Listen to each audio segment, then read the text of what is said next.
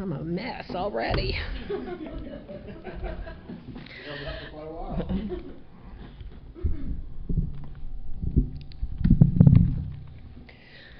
better not. Hi, everyone. Marian Gibbs, alcoholic. Hi, Marian. Thank you, Ben. Thanks for having me up this weekend. And I'm excited that I get to participate. And I'm excited that I got to sit in the audience all weekend and listen to the message and be filled with what you guys have brought. Because, you know, it's important to be able to sit and listen and gather new information and how that can apply to me. And you guys did a masterful job. So thank you for that. And AA is really quite a small world. Lee doesn't remember, but I had him come speak at my roundup. I was the speaker chair when I was in California. And so here he is recording it. And then John, he was on this. I went to a conference up in Kentucky, and I see a John E. from Fredericks, Maryland. And my cousin, who I 12-stepped years ago, is from Fredericks, Maryland. I'm like, hey, do you know a guy named John E.? And he said, yeah, I got sober doing book studies in his living room. And all of them are right here today. And that's how small of a world Alcoholics Anonymous is. So we never know who we're going to meet or what's going to happen for us. And to hear that message. So anyway, I like to start out. My prayer when I start is I ask God to help me relax, have a good time, and carry the message. Because if I'm relaxed and having a good time, I hope you guys do too. And it's always important that I try to carry the message. And so I have some funny stories about what happened to me when I moved to Tennessee, because there's a lot of funny things in Tennessee, because I'm from California. But I'm going to tell you instead, since this is a book weekend, so I sponsor, and I got both of their permission. So I sponsor these two ladies, and they're very, very good friends. And they were doing their fifth step in tandem, one on Saturday and one on Sunday. So we decide to have a little fun with them. So my first one comes over, and we're having coffee in the morning before we start, because you talked about it, that nervousness that comes with being able to share yourself so intimately with another person. So I said, well, you know, we should probably play a joke on Jackie tomorrow. And she goes, well, what do you think we could do? I said, well, I think we should tell her that you did it the California way. And so we concocted a story, and so on Sunday morning, she calls Jackie, who's on her way to my house, and she said, yet, Marian, yet? She goes, no, why? She goes, well, I was just seeing if you were there yet. And Jackie goes, well, how did your fifth step go? She goes, oh, it was different. And she goes, different how? She goes, well, she asked me if I was willing to do it the California way. She's like, what's that? She goes, naked. And Jackie's like, what? She said, yeah. She said, if we were going to be intimate, this was the most intimate we would ever be. And then I needed to be transparent with her. Jackie said, well, what did you do? She goes, well, she offered me a bathrobe, but I decided to do it naked. Jackie's like, great. So I don't know this. Jackie's in my driveway smoking and pacing.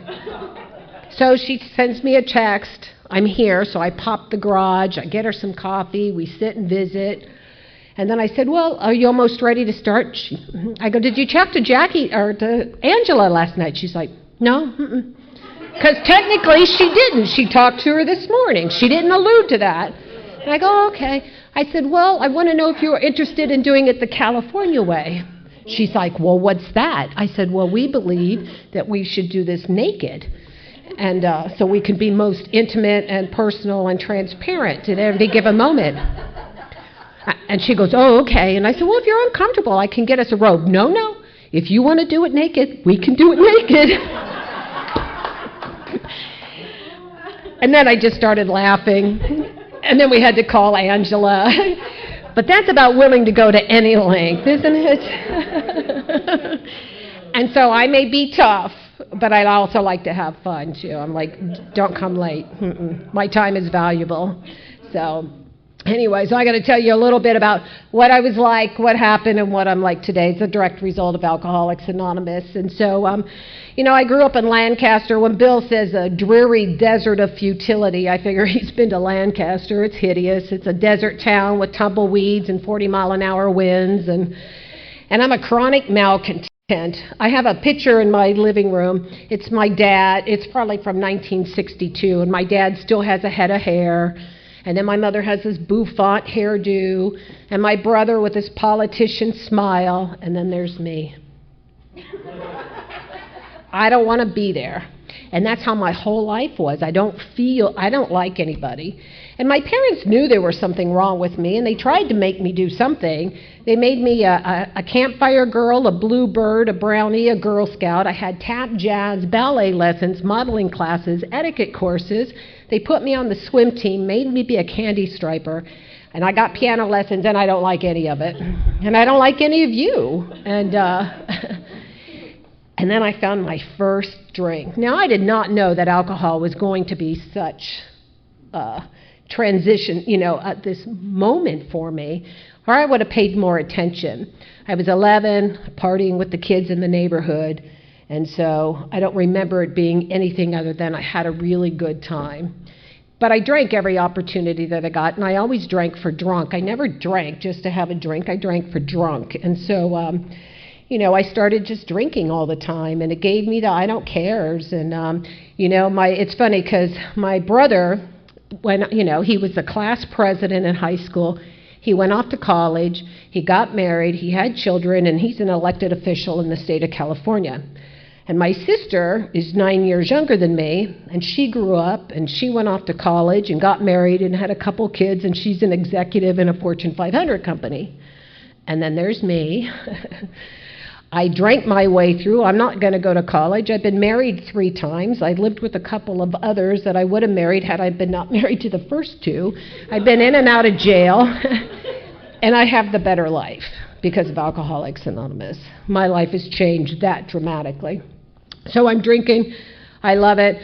I married my high school sweetheart. We moved to Los Angeles, and he worked the swing shift, and I'd get off work at 5 o'clock, and I worked in a law firm, and so whoever you work for, if you work for the right partners, you could drink at 5 o'clock. So I would start drinking until my friends would get off, and then we'd go down to the bar, and then we'd just go ahead and start drinking. And then I'd drive up through Hollywood with one eye closed, and I'd make it home before he got home from work. And my whole life has been about me. See, because I can't get what about me at home, so I seek what about me with men. And so he'd come home and I'd be, what about me? You like my new dress? What about my hair? Are we going to try that restaurant? Why are you working late? I thought we were going to do this. What about me? You taking me here? Let's go here. What about me? All the time. It was constant. And one day he comes home from work and he says, I'm leaving. And I'm like, why? He goes, I'm unhappy. I'm like, well, how can that be? Because I'm happy, because he's done everything that I've asked him to do. But I am so exhausting for him, that he can't do it anymore. And so he left. He left on a Wednesday, and I went to work on Thursday, and the girls were sitting at work, and they'd go out on the weekends. And I said, are you guys going out this weekend? And they said, yeah. And I said, well, can I go with you? And they said, sure. And they took me to a nightclub that was playing Madonna and Chaka Khan. Now, my first concert was Led Zeppelin, 1977. And they're taking me out to Madonna, and I'm like, oh, my God. And I'm like a deer in the headlight. And they go, here, have one of these. And it's a Long Island iced tea. And 8 Long Island iced teas later, Chaka Khan, woo! I loved it. I loved the smoke, the men, the music. I loved everything about it. I liked the rhythm I got. Because I don't have any rhythm, but when I'm drinking, I got lots of it. And I liked it, and I only cried, I didn't go out one night and I started to cry about the loss of that marriage. It was like devastating. And so what I did was I got showered, I got dressed, and I went out, because that's what I have to do.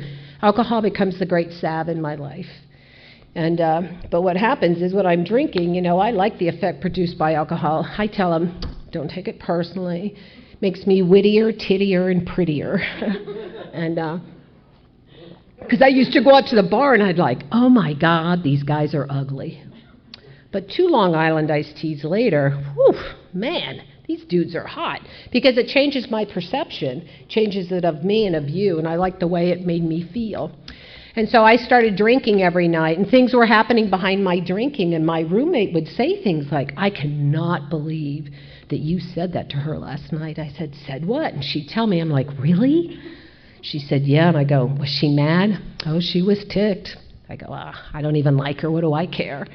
As my drinking progressed, she'd say, Marian, I can't believe you did it. I said, did what? And she'd tell me what I've done. I'm like, oh no, tell me I didn't do that. And she said, you did.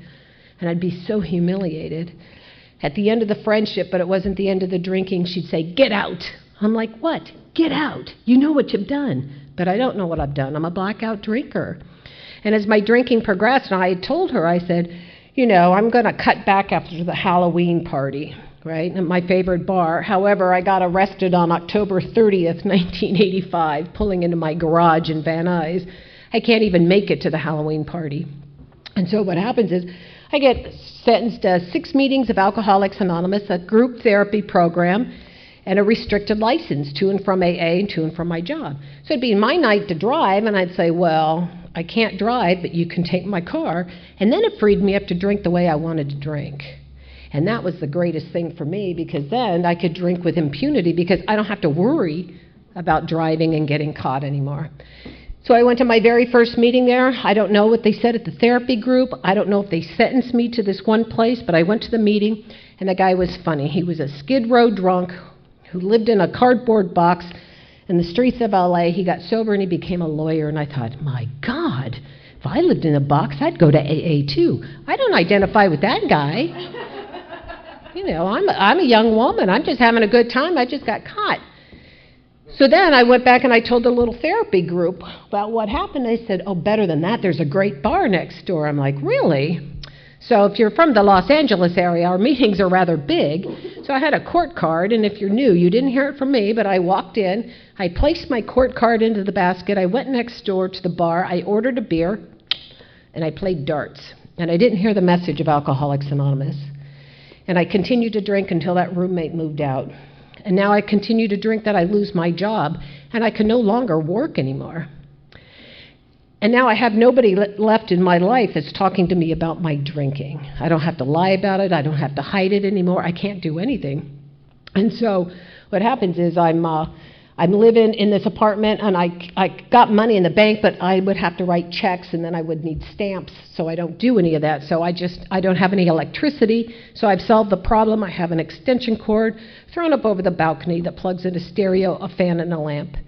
I got 50 bags of garbage that I'm picking my cigarette butts out of because I'm too drunk to even go next door to buy any. And I'm okay, and I got maggots in my refrigerator and freezer. Now I'm okay living the way I'm living. The book says our alcoholic life becomes the only normal one we know. And I'm okay living this way. And I continue to drink that way. And I ended up, and I've lost the keys to that apartment. I had a ladder from the alley up over the balcony.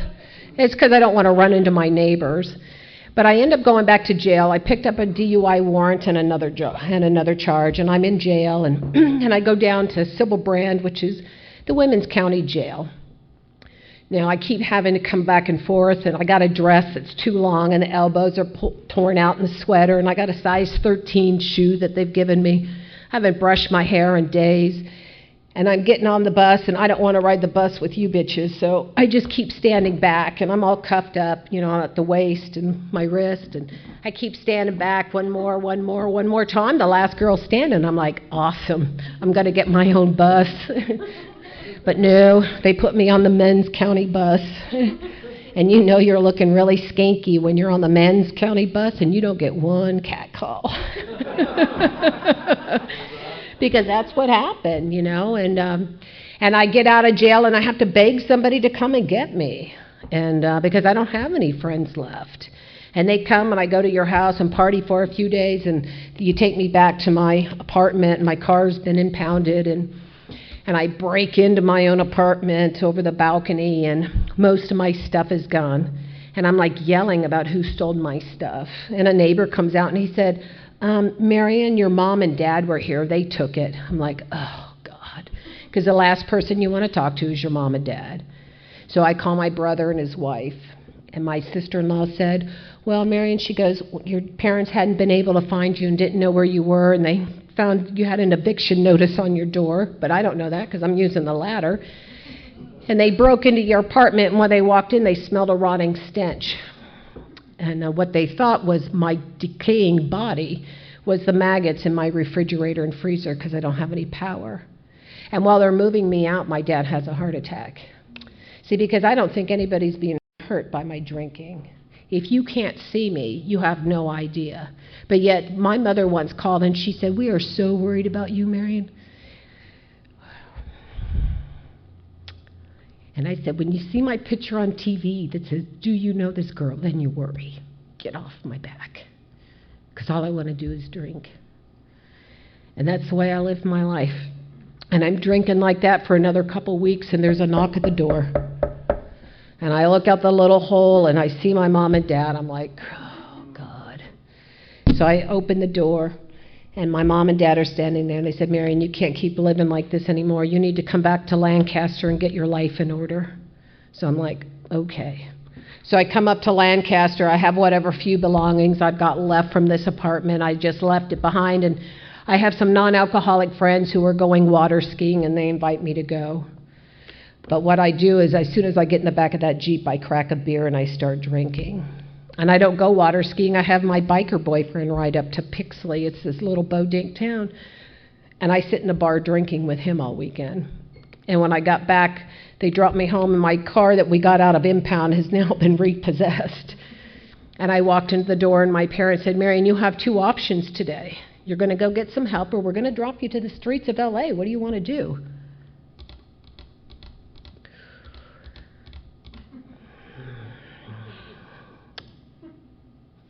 I'm trying to think where I could go. To die an alcoholic death or to live by spiritual principles are not easy alternatives to face. But I have nowhere to go. I have no one who's willing to even take me. So I said, well, I guess I'll go get some help. And I walk down the hall of AV Hospital, and I walk in there, and there are like 7 guys in that day room. I'm like, wow, I hope that's where I'm going. Because my primary purpose were those 7 men. It's not about getting sober in Alcoholics Anonymous. And for all you people who carry the message, they came in all the time, and this pathetic gal named Vicki would raise her hand. We had book studies almost every night of the week, and she goes, "My name is Vicki. I'm an alcoholic. I'd like to talk about this here." Then we'd read the next paragraph. "My name is Vicki. I'm an alcoholic. I'd like to talk about this." Shut up. "My name is Vicki." Oh, God. I hated her. It was the longest hour and a half. Our meetings in California are an hour and a half. Oh, it was brutal because it's keeping me separated from, boy, I got my eye on over there. And I'm still legally married. I had that biker boyfriend, and I've got a boyfriend in rehab. So, I mean, I've spent my life trying to fulfill myself with men and booze. And so, anyway, I didn't like her, and I wasn't really alcoholic, so I joined another fellowship. They told me to get a sponsor. They didn't tell me to get one that gave direction, so I didn't. And I would call periodically and say, "Hey, yeah, okay, great, I'll see you there." She didn't ask me to do anything, and that's exactly what I wanted. And so anyway, you know what? I get out of that rehab with that boyfriend that I meet. It doesn't matter that I'm still married, and I got a boyfriend waiting that's come to visit me while I'm in rehab. I got a new boyfriend. And so he's a chronic 30-day relapser. But it's okay. We're going to make it okay between us. We're just going to do this thing. And I do the treatment center idea, which is 90 meetings in 90 days. The big book says try not drinking for a year. But that's excessive when you're not alcoholic. So I do my 90 meetings in 90 days, and he comes home loaded. I said, "Baby, if you're going, I'm going." And I went out and got some tequila, and I spent another 8.5 months out. I moved 9 times my last year of drinking. Girls like me are on the move a lot because I'm either being evicted or I got to get away from him. And so I moved down to LA. My psychiatrist cuts me off of disability because he knows I'm not sober anymore, and I'm burning up the phone lines, and I call a girlfriend who managed a law firm, and I talk her into giving me a job. And I work at this law firm, and what happens is I call in sick. Generally, I'm only going to start drinking on Thursday nights because I don't work that hard on Friday. And then, you know, it rolls over to the next day, and pretty soon it's every day of the week. And that's how I'm drinking. And I call in sick all the time. My grandmother died probably 3 times. I don't know how many grandmothers I had, but apparently it was a lot. And so I have stories that people would gather around my desk on Monday, mostly Tuesday. "What happened this weekend?" I'm like, "The guy next door said he was going to shoot his old lady. I got 6 guns in my house." They're like, "What?" And I'm like, I know, it's crazy, isn't it? They don't know people like me. They're fascinated by that. My whole group of friends are like me, so I'm not fascinated, but they are. But yet I have kept taking advantage of calling in sick. And you know what? Now it's the last time, and I can't call in sick one more day. So I just unplugged my phone from the wall, and I'm just not going to show up because I have no more lies to give my boss. I don't even know what to say. So after day 3, he calls the Foothill Division Sheriff's Department and said, we think our secretary has been murdered. So I was living up in Tahunga, and I'm passed out drunk on the couch with that boyfriend. I got bruises all over my arms from him because drunk girls like me attract men like that. And I see this crack, I have this crack under my door, and I can see the shiny black boots. I'm like, shh, it's the cops. Well, I'm not answering, but they're not leaving because they think I'm dead, so we have a standoff. And eventually he uses a baton, he opens the window, he says, what's going on in here? And I show him my arms. I was like, I was down at the grocery store, and this guy, he tried to abduct me. I gave him a full description of the guy, the van he's driving. They called my employer and said, your secretary's been sexually assaulted. My employer sends a bouquet this big, this wide, and it says, take the rest of the week off. Awesome. Oh, come on. So on Monday, because I thought it was prudent, I go into work on Monday, and I go into my boss's office, and I wear the right dress, and I close the door, and I pull up my sleeves, and I show him the bruises. And I relive that assault. And now there's only 2 people left in my office talking to me. And I go and relive the assault with you. Now, the cop gave me a card for victims counseling, and my head says if you don't go, they're going to know you're lying. So no, I go get counseling for an assault that never even happened. The book says I can no longer differentiate the true from the false. I've told you a story, you believe the story, you believe it, I believe it, and now it's a true story, and now I can convincingly talk to a therapist about my sexual assault. It's crazy. So I'm going to tell you about my last week of drinking. So what happens, it's 4th of July weekend, 1987. And I forgot to tell you, my sobriety date's July 12th, 1987. My home group is the Tennessee group. Woo woo. A couple of my home group members are here. And I have a sponsor named Cindy. And so, anyways, get that out of the way. So it's July 4th weekend. I have the good idea to go to Mexico with the girls. I know what happens when I go to Mexico. I drink tequila. Last thing I know is I'm dancing. Next thing I come to, I got a black eye, a fat lip, cracked ribs, no pennies, parked in the desert, and my money's gone. I'm like, oh my God, right? So I go back to the hotel. The maids let me in because I don't have a key. I sleep it off. They're still not there. I go out and lay by the pool until the sun's setting, and I realize they're not coming back. Now, I don't know how they left because their luggage isn't there. But it seems that I got in a fight with them and the federales. And then they had the federales take them to the border, and they caught a Greyhound bus home, and they called my family and said, she's crazy. They thought I was on drugs. To my knowledge, I didn't do anything other than alcohol. But that's what happens to me when I drink. And the next day, my head says, you can have just two. And I have 2 drinks. And the next day, you can have 2. You can have 2. And I have 2. By the 3rd day, I'm drinking like it's ginger ale. July 11th, 1987 is the night of my last drunk. It wasn't my worst drunk, it was just my last one. I'm on a blind date. Let's say I'm on a blind date with you, Ben. And what guy sets me up with him? I'm still sporting a black eye. I'm nothing to look at, right? I got the girl for you, Ben.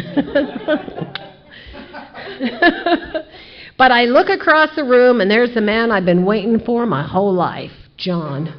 And I leave my date to go home with another man. And in the middle of doing the nasty, I got a moment of clarity. I'm like, dude, I gotta go. And he's like, now? I'm like, right now.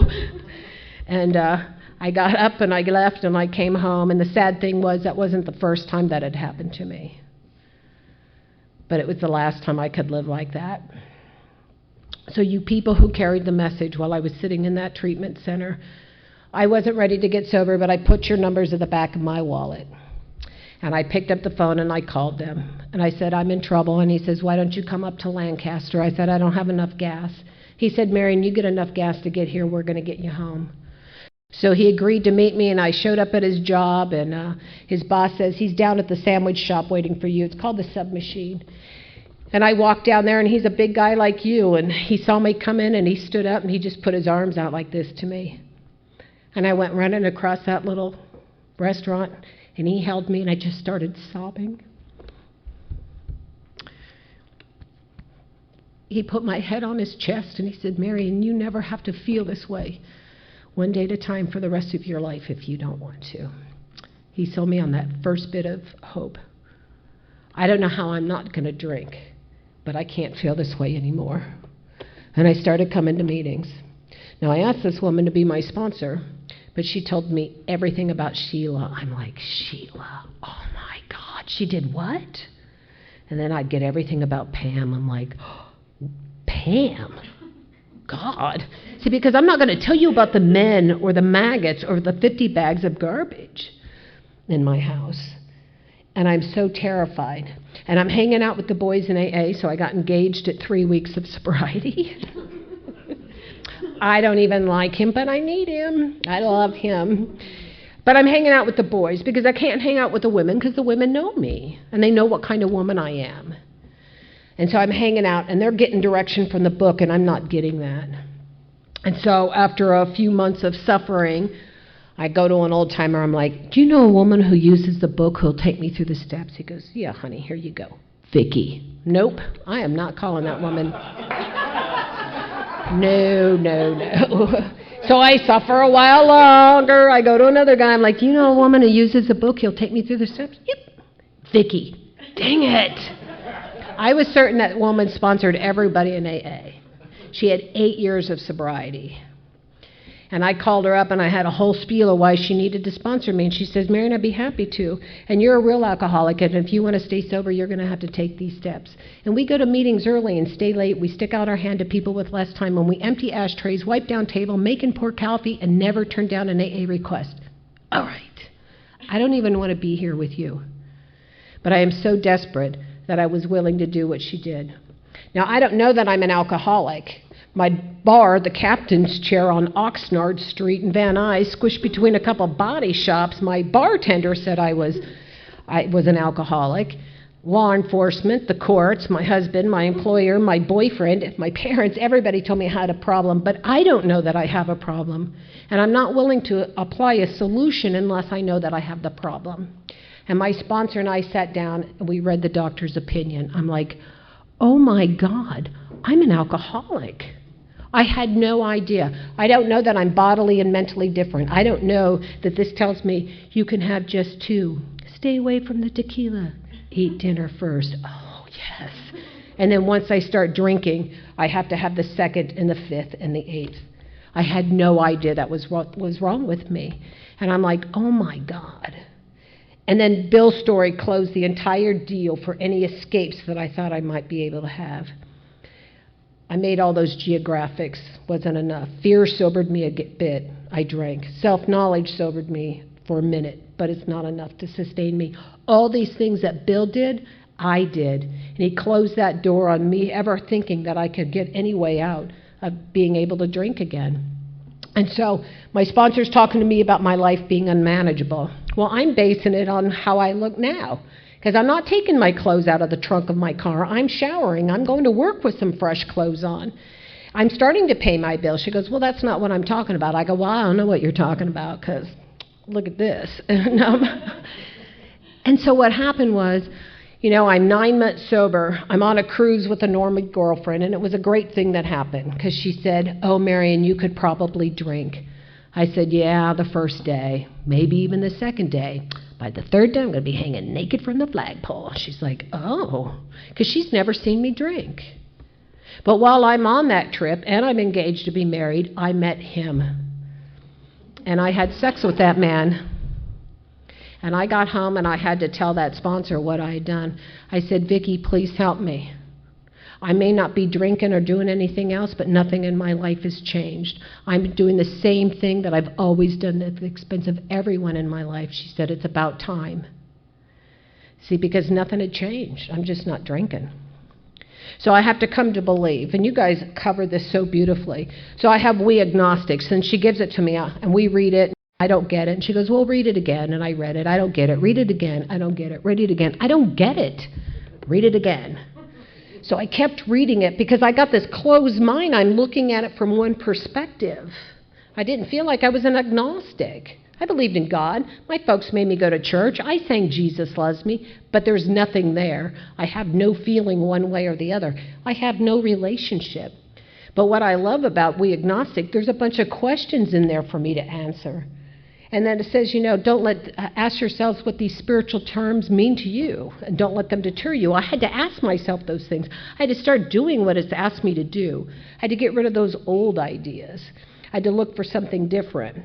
When it says that, I'm drawing a blank on what it says in there, but it does say something in there about it's here you will find him, right? So my sponsor said to me, Marian, remember when you couldn't find your car keys and you were late for the meeting? And I said, yeah. She goes, walk me through it. I go, so I kind of do a short term. She goes, no, give me the whole story. I go, well, came home from the grocery store and I put the stuff down, and then I couldn't find my keys. And what did you do? I looked in my purse, and were they there? No. Then what? I went to my car. Were they there? No. What'd you do? I go, I looked in my purse again. Were they there? No. Then what? I looked in the refrigerator and then the cabinet to see if I did there. And I looked under the cushions on the couch. I went back out to the car. I looked in my purse again. She said, and where did you find them? On the bathroom sink, because I came in. I had to go to the bathroom. She goes, well, did you keep looking for him? And I go, no. And she goes, that's right, because he was right there where you found him, not where you're expecting him to be, right? But I kept going back to the same place time and time again, looking for that idea that I have, and yet he's nowhere where I think he is. So when I finally read a paragraph, it says, when we were driven to AA by a self-imposed crisis I could neither postpone nor evade, I had to fearlessly face the proposition that God is everything or else he is nothing. He either is or he isn't. What do you choose? Well, God is. So that means God is everything. So I think I have the answer. To the next paragraph. Arrived at this point, we're squarely confronted with the question of faith. I believe all kinds of things, but do I have that kind of faith? It talks about stepping off that bridge of reason to the shore of faith. I called Vicki. I said, I can't do it. She goes, you have to. I said, I can't. She says, Marian, you're going to have to find a way to do this, and if you can't do this, you're going to probably have to drink again. And it was about finding that ability to get off that bridge of reason to the shore of faith. I love that. It says, hands welcome you. Come on, Marian. I'm like, no, I know my life is a mess run by me, Vicki. But I can't. She says, you have to. And when I did that, then we did the third step. And she gave me an assignment that I had to do that. Just what do we mean by that, and just what do we do? And when that happened, my sponsor came over, and we got on our knees, and I did the third step prayer with her. It was the first time I've ever been on my knees, the first time I've ever prayed out loud with anybody. And I started to cry because it was the first time I was that kind of vulnerable with somebody else. And then she gave me the instructions, just like you guys went over today, my resentments, my fear, and my sex. And we did it piecemeal, just like that. And when I got the first 3 columns down, she goes, first it says to review it, nothing counted but thoroughness. We go back and we see, and I look at it. I'm like, no wonder she's on there. Yeah, she deserves to be on there. And then it says I look at it again from an entirely different angle, for it holds the key to the future. And then she had me pray that resentment prayer on each single person on there. And it took away that sting, right? My dad used to beat me when I was a kid, and my mother stood by. Telling you, they were the first 2 people on my inventory was my father. My very first relationship with a man was my father, and my very first female relationship was with my mother. So I have to do that, and I prayed till it took that sting out, because if they're spiritually sick, who does that? And then the next column says, we resolutely look for our own mistakes. I'm like, our mistakes? I got something to do with this? I have no idea. And then I had to list my fears. And behind every resentment, if we look in the book, it's fear, fear, fear, fear. My whole life is driven by fear. And I list these fears. I have an inventory that I use with the gals I sponsor. I have like 26 resentments, but I have the same 6 fears that undermine every single thing that's on there. And I'm driven by these fears. And I love it. It says, remember, we're in the world to play the role he assigns. Wonder if I don't like that role. I've always assigned myself the starring role, and now I'm just a bit player, right? I wasn't so happy about that. But it says we ask God to remove our fears and direct our attention to what he would have us be. Not do, but be. At once, we commence to outgrow fear. Because I do a lot, but what does he want me to be? And then my sex conduct. And if you're a woman like me and you come from where I come from, I cried all the time. My sponsor told me that God loved me and forgave me, and she gave me that second bit of hope there in AA. Because I don't have a concept of God, but she gave me that first bit. And that when I'm crying to her about the kind of woman I was, and she said, oh, Marian, God loves you and forgives you, and you don't even need to worry about it. And I believed that woman. And so it says for my future conduct. So it allowed me to have a clean slate about my past. And the kind of woman I want to be here in Alcoholics Anonymous. I slept around the bars. I don't want to be that girl here in AA. I don't want to walk in the room and go, boy, slept with half of them, right? And then act all pious, like. I didn't want to do that. And I asked God to help me live up to those ideals. And then my sponsor came over and it says we're prepared for a long talk. I cried. And for the first time in my life, I tell people that I've never been more intimate in my entire life. I've had a lot of intimate situations, but not in that fashion. And I was vulnerable to that woman, and I shared everything about me with her. And when I was done, we took down the book, and she gave me the instructions for what I'm supposed to do for that hour. And I prayed from the bottom of my heart that I got to know him better. And I tell people that the silence was deafening, because for the first time in my life, I don't have all that chatter going on in my head. And it freaked me out. And when that hour was up, I called Vicki. I'm like, oh my God, there's something wrong. She's like, why? And I go, it's like quiet. She goes, Marian, it's supposed to be that way. But I've never experienced that kind of quiet. So then I had 6 to do. Now, you guys talked about doing it in rapid succession, but my sponsor says, are you ready? I said, yep. She goes, are you entirely ready? No. I mean, really, I don't want to get rid of these things. So she gave me a little assignment to do, to see where these resentments still in sobriety keep me separated. So I go out to this beautiful morning meeting. The sun's out, and it's all windows across the top, and the lights are on, and there's a guy sitting there in his sunglasses. And I look at that guy, I'm like, you look at that dude. He's so hip, slick, and sick. Blah, blah, blah, blah, blah. Then he got up with his cane, because I'm judgmental. And you have no idea. I've already written the story. I don't even know the facts. And then I see a woman that walks in, and she's tall and thin and beautiful, and I look at her, and I'm thinking, she thinks she's a model or something, because I have envy in my heart. And I don't care if she's 20 days or 20 years, and she might be in trouble because I can't get up to help her because I'm consumed with that kind of envy. And I came back to Vicki, and I'm like, oh my God, because these things kept me separated from you and from her until I was consciously aware of them, how I'm practicing them in my everyday life. And she said, Marian, you need to start practicing the opposite of your character defects. So if you're rude, you got to be kind. When you're greedy, you got to be generous. You're impatient, you got to be patient. All these things that were not natural instincts for me to begin to practice. And I didn't like it. There's a story I love, and it's this little kid talks to his grandma, and he says, Grandma, why can't I enjoy all the good things in life? And why should I not avoid the bad things in life? I mean, what's the point of that? And she tells him to eat an Amla Fruit. And he takes a bite out of the Amla Fruit, and the Amla Fruit is super sour, and he wants to spit it out. And she's like, keep chewing. And the more he chewed, the sweeter it got. And he starts chewing it, and he goes, oh, Granny, this is so good. She goes, and to think you almost spit that out. And she said, that's how spiritual principles and disciplines are, right? They taste nasty in the beginning, but the more I do them, the sweeter they become.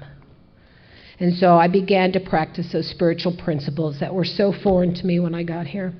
So my 8th step, I had to go out and make amends. How do I give back? You know, I had to look to see where I hurt them emotionally, mentally, physically, spiritually, and financially.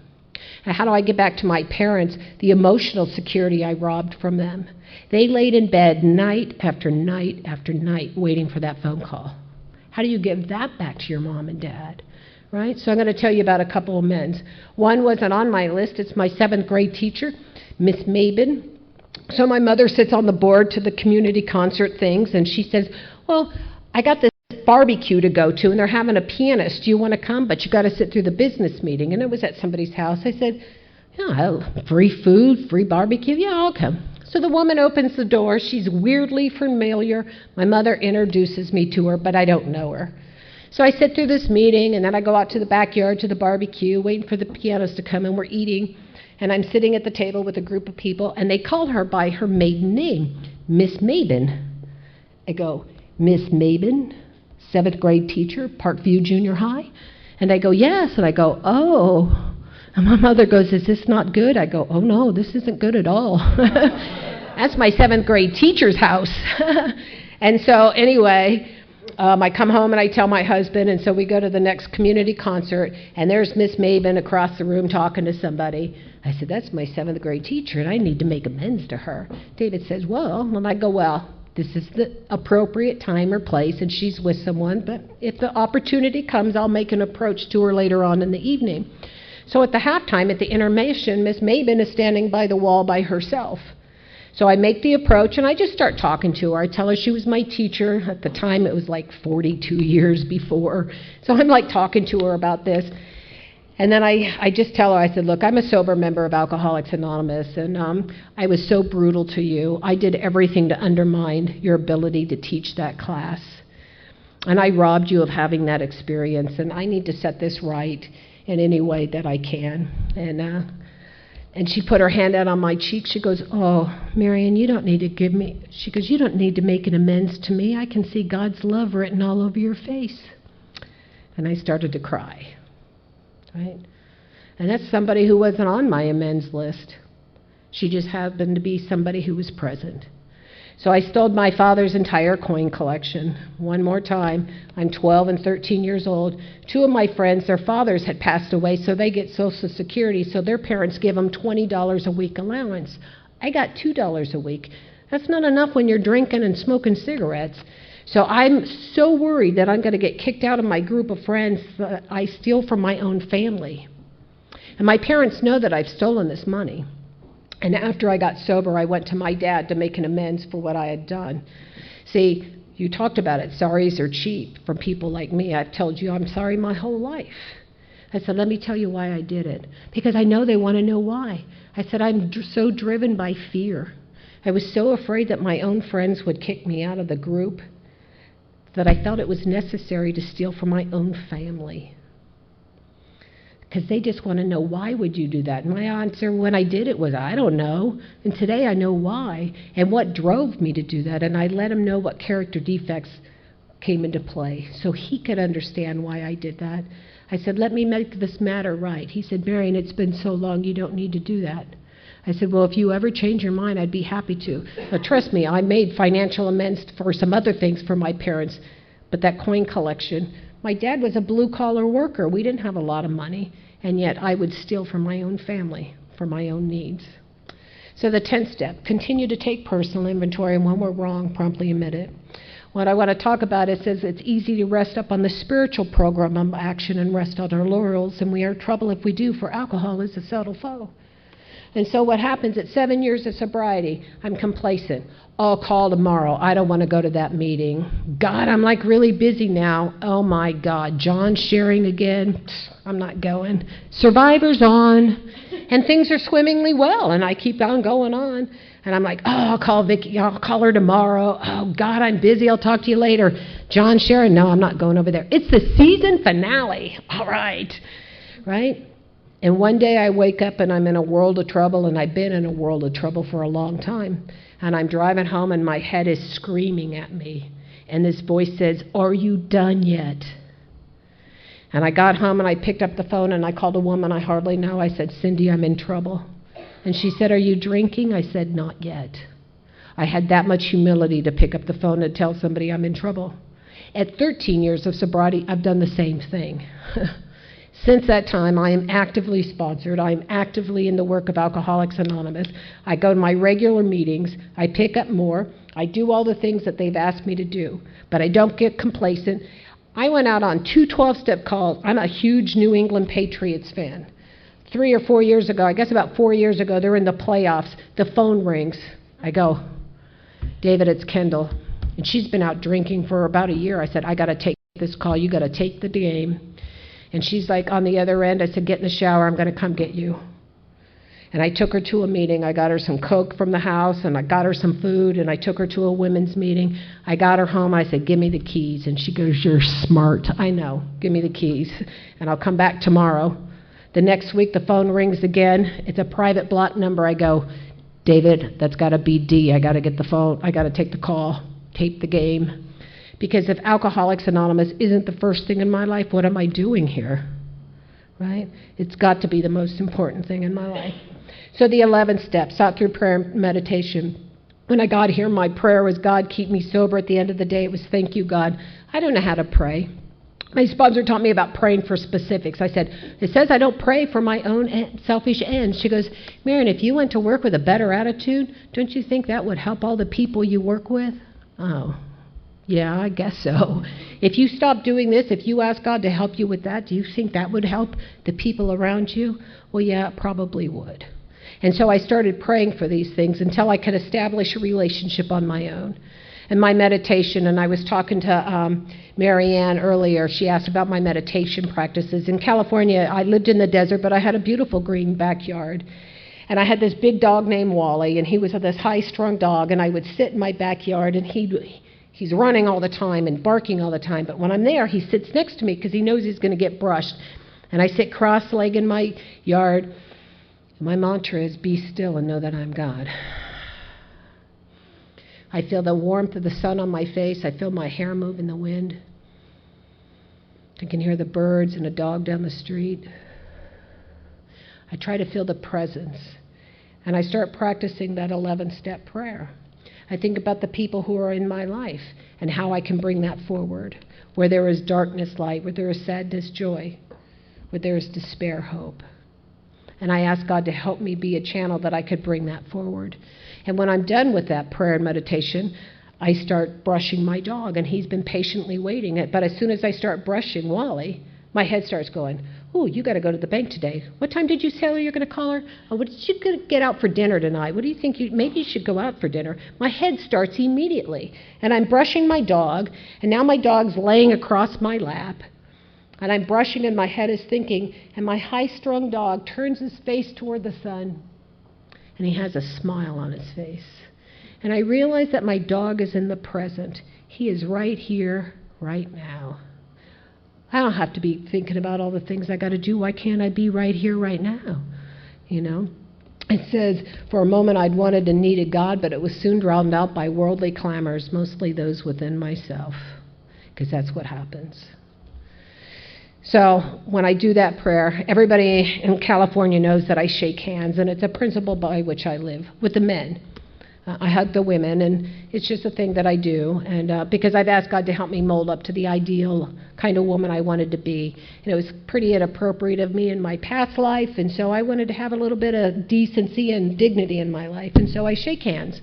So I had a good friend named Steve, and we were best of buds, and I met him before my husband met him, and the three of us would go play golf. We'd go to Vegas. We'd go to conventions together. And Steve got lung cancer. And so I said he didn't have his children and he lived with it in his life, and he lived with his elderly mother.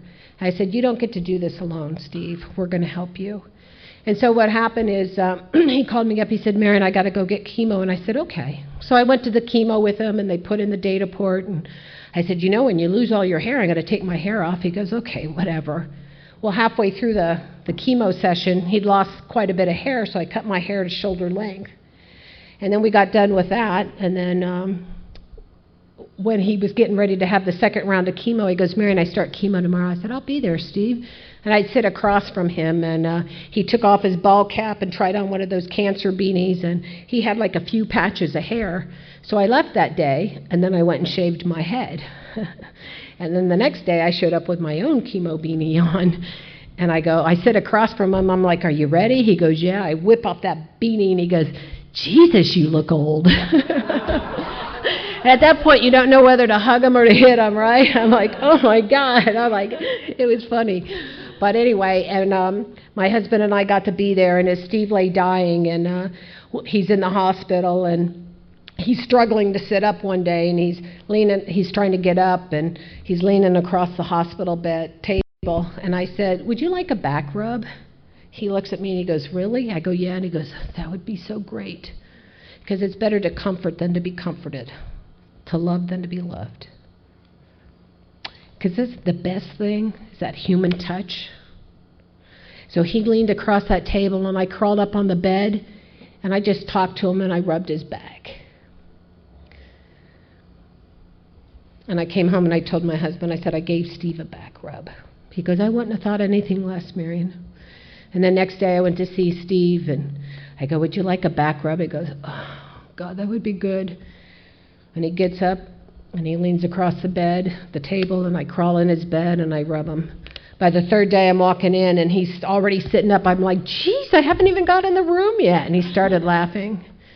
And when Steve passed, and I was out doing my prayer and my meditation, and I was praying from the bottom of my heart that God gave me that ability to love my friend like that. And then the thought comes to me, no, he loved you, Marian. That man was 90 pounds. He was nothing but skin and a rack of bones. He loved you enough to let you do that for him. Because there was nothing between us. There was none of that. There was no ego involved. He loved me, and that's why he let me do that. The 12th step, having had a spiritual experience as a result of these steps, how could I, from where I came from in that maggot-infested apartment to standing here tonight in Kingsport, telling you that something hasn't happened, and to carry this message. I was 30 days sober, and I went on my very first panel. I was with this big guy named Jay in his big old red pickup truck. I go, I don't know anything about staying sober. He goes, that's right, you don't. You know about relapse. You talk about that. I talked about smoking cigarettes, drinking coffee, and running my mouth. I don't know anything about staying sober. I'm doing what they're asking me to do. But I got hooked on the message of carrying that message in H&I. And I started doing that, and I do prison work. I've done prison work since my first year of sobriety at Tehachapi Prison, and they're all men's facilities. We didn't have we had a women's jail for a very short time. I also had women's treatment center, and I'm going to tell you a couple stories. So I was the coordinator at Lancaster State Prison for 23 years, from when it opened until I moved. And I had the minimum. I've done anywhere from minimum to maximum security. And so in minimum, I had this kid named Frankie, and he was on my yard for like 5 years. And we had plenty of time to talk between the meeting. And he was so excited because his mother was coming to see him, and his mother was alcoholic, and she hadn't been there in the 5 years that he'd been incarcerated. And so he was so excited. I said, well, next week you'll have to tell me how it goes. And on Monday, or on Tuesday, I come in, I go, how'd it go? He goes, she didn't make it. I go, I'm Frankie, I'm sorry. He goes, no, she says she's going to come next week. He goes, what do you think I can say to her? And I gave him a small 12 and 12, our big book, and a piece of literature. And I said, tell her that this is what's been happening for you, and maybe it could help her. So the next week, he goes, I gave it to my mom. And I go, what did she say? He goes, she didn't say much. I said, that's okay. So after about 6 years that Frankie is transferred out, they were moving, Caesar tells me, they're moving me and Frankie out. I said, where are they taking you to? He goes, well, they're moving Hispanics out and bringing African American in. And I'm like, oh, okay. And I go to Frankie, go, you weren't going to tell me? And his little lips started to quiver, and I'm like, what? Are you upset because you're going to be away from your family? He goes, no. I go, because you got to go prove yourself? He goes, not really. I go, then what? He's like, I'm going to miss you guys. And he just starts crying, because we're the one thing that we have showed up consistently in that man's life every Tuesday for the last 6 years of that guy's life. And they took Frankie, and he left for a couple years, and right before I moved here, I walk on the yard one day, and there's Frankie sitting in the yard. I'm like, my God, what are you doing here? He goes, Marian, I'm on my last year, and I petitioned. He's in a fire camp. He's got all kinds of freedoms. He goes, it's my last year, and I petitioned that I come back here so I could spend my last year with you guys. Because that's what we do. That's what we do. And I pray that Frankie found that fellowship that you offered me when I got here, when he paroled from Lancaster State Prison. But it also can be a lot of fun. So I go up to Morgan County Correction when I moved here. So last Christmas, I went up on Christmas Day. And I went and we brought little snacks for the guys. And we get there early, and there's one guy sitting there by himself. I go, "Oh, Mike, did you talk to your family?" He goes, "No." He goes, "It's so expensive for my mom to call, or my wife to call. I haven't seen her in the 5 years I've been here." And I go, "Oh." He goes, "But I knew you guys were coming." See, because that's that consistency we bring here in AA. So I'm up at Tehachapi State Prison, and they opened up level 3 yard for us, and they go, "Well, you got to wear a vest." And I go, "What kind of vest?" And they said, they like to stick people. And I'm like, "Oh, okay." So, I'm thinking it's a metallic vest. So, if the alarm goes off, they got to hit the ground and they're not going to shoot us. But it's not. It's a sticking vest. And it's like a bulletproof vest.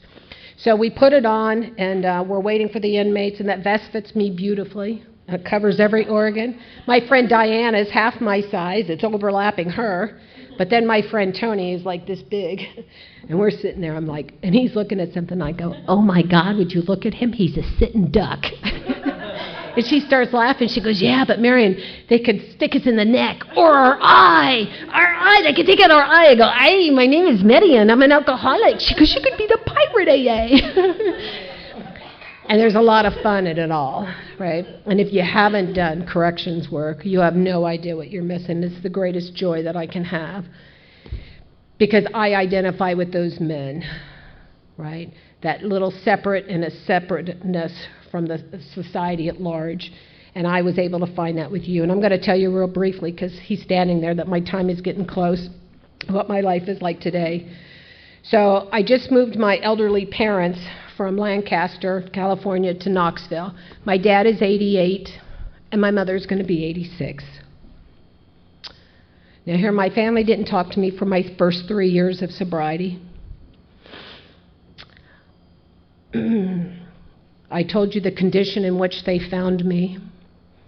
And they put me into rehab, and I still don't stay sober. My brother and sister have done everything right, and yet they made me the executor of their estate. How does that happen, right?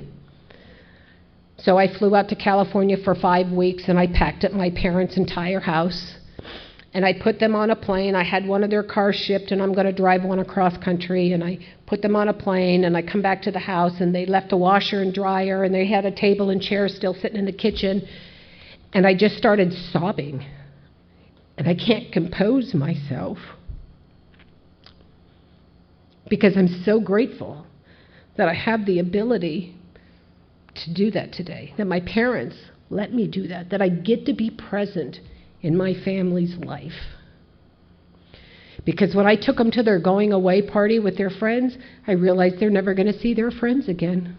My mom and dad, they're friends for 63 years they'll never see again.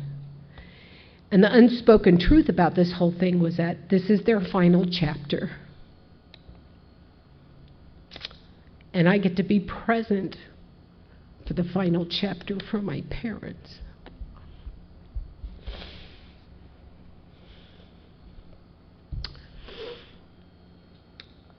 I learned to be a stepmother, a grandmother, a wife, all of those because of you. Because you have showed me what to do time and time again. Because these were the things I didn't know how to do those things. There's something that from the very beginning of the 1951 General Service Conference, and it's the prayer that opens it, that Bill wrote, the sense of the meeting. Genuine faith is more than insight. It is always the beginning of action. It is propulsive. It fortifies the will. It begins as an experiment and ends as an experience. Because isn't that what it is?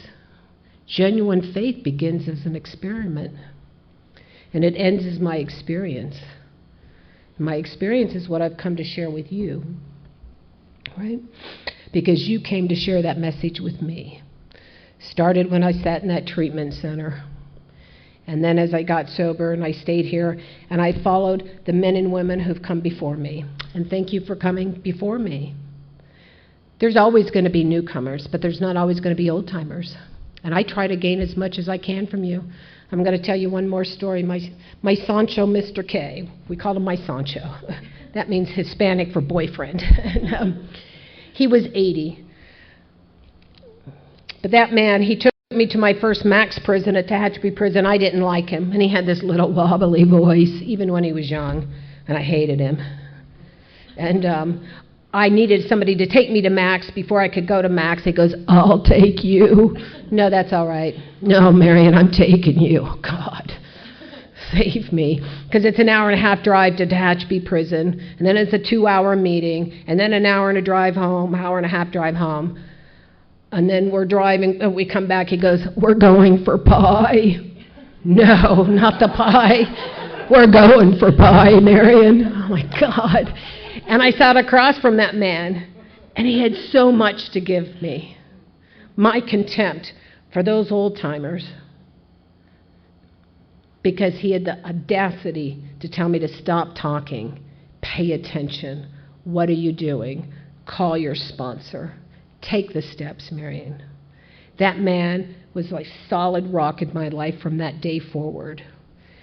And when he lay dying, he died right before we moved here, and I knew he was going to pass that day, and I'm working with a sponsee that day. And when she had left, I checked my messages, and that they told me Mr. K had died. And that night I had a panel at Lancaster State Prison. And the next day I had to go speak at a meeting in Los Angeles. And those are the things that Mr. K would want me to do. I got to celebrate Alcoholics Anonymous because of people like him. And people like you who put that money in the basket week after week, even when you don't have it. So a girl like me can find a group like you. I don't have time to tell you about my home group that I helped start here, the Tennessee group. It's a California-style AA meeting in Knoxville, Tennessee. We open our doors an hour early for fellowship, right? And then it's an hour closed meeting from literature from the book. But one of the things I asked Heather when we opened it with the bylaws and the meeting format, that we close with from the Keys of the Kingdom. And I'm going to read this to you. And this is, and we have a guy with a beautiful British voice, do we not? Yes. He'll make you cry. And my thing is, whoever's sitting next to me, I hold hands with. Man or female, I just reach out and hold your hand because I'm so grateful. And it says, the last 15 years of my life have been rich and meaningful. I've had my share of problems, heartaches, and disappointment because that is life. But I have also known a great deal of joy and a peace that is a handmaiden of an inner freedom. I have a wealth of friends, and with my AA friends, an unusual quality of fellowship. For to these people I am truly related, first through mutual pain and despair, and later through mutual objectives and newfound faith and hope. And as the years go by working together, sharing our experiences with one another, and also sharing a mutual trust, understanding, and love. Without strings, without obligations, we acquire relationships that are unique and priceless. There is no more aloneness with that awful ache, so deep in the heart of every alcoholic that nothing before could ever reach it. That ache is gone and never return again. Now there is a sense of belonging, of being wanted and needed and loved. In return for a bottle and a hangover, we have been given the keys of the kingdom. Thank you.